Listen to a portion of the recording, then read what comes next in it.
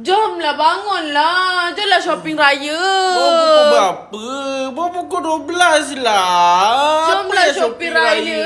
Orang penat ni puasa ni. Ya, Abi ni puasa dengan budak-budak lah. Jomlah. Pukul 12. Baby mengidam nak shopping raya lah. Jomlah. Cepat bangunlah. Dia yang ajak aku keluar, dia yang siap lambat. Kau tengok. Normas, mana kasut? Kenapa pegang kasut tu? Pakailah kasut. Kau tengah panas ni, jangan lari. Kan ada baby dalam perut. Mana kasut? Pakailah kasut. Kenapa pegang kasut Cakap tu? nak cepat tadi. Dah Eh, kan lah baru pakai. Ada baby, janganlah lari tengah-tengah panas. Abi, terima kasih tau. Bawa saya jalan-jalan dekat air. Yelah, kau tak bawa merontan pula. Mana ada berontan apa? Mana? Abi cantiknya baby Abi. Apa dia? Abi cantik besar. Nak pergi mana yang? Abi cantiknya Abi baby Abi. Raya-raya pakai macam ni boleh. Lepas tu yang ni sling pun ada baby macam ni kan. Besar ni oh, boleh letak phone aku. Yelah, cantik-cantik juga. Tengoklah harga dulu. Tengok harga berapa harga. Yang ni pun cantik yang.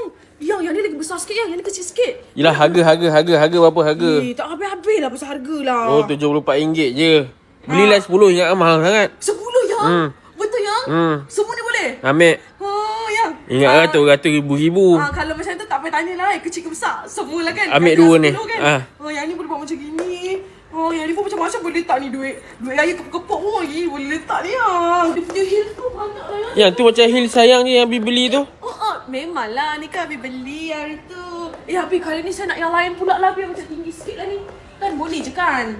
Boleh kan? Macam cantik je. Ada saiz saya tak? Awak ada saiz kita tak? 38. Boleh lah nak cuba nak. So 9 kan? 9. Ni 1, 2, 3, 4, 5, 6, 7, 8, 9. 9. Cukup raya? Okey cukup. Habis saya ni untuk lelaki pun ada yang. Yang cepat yang. Baguslah Dr. Kadir ni. Cepat yang. Muat tak? Uish, sedap muat. Okey bungkus. Ambil lah. Yang dah lah murah kan bayar semua kan. Lepas tu dah tengok ni yang. Dapat packaging ni je dapat kotak dapat bag yang premium gila. Abi terima kasih tau. Sama yang sekarang pukul berapa?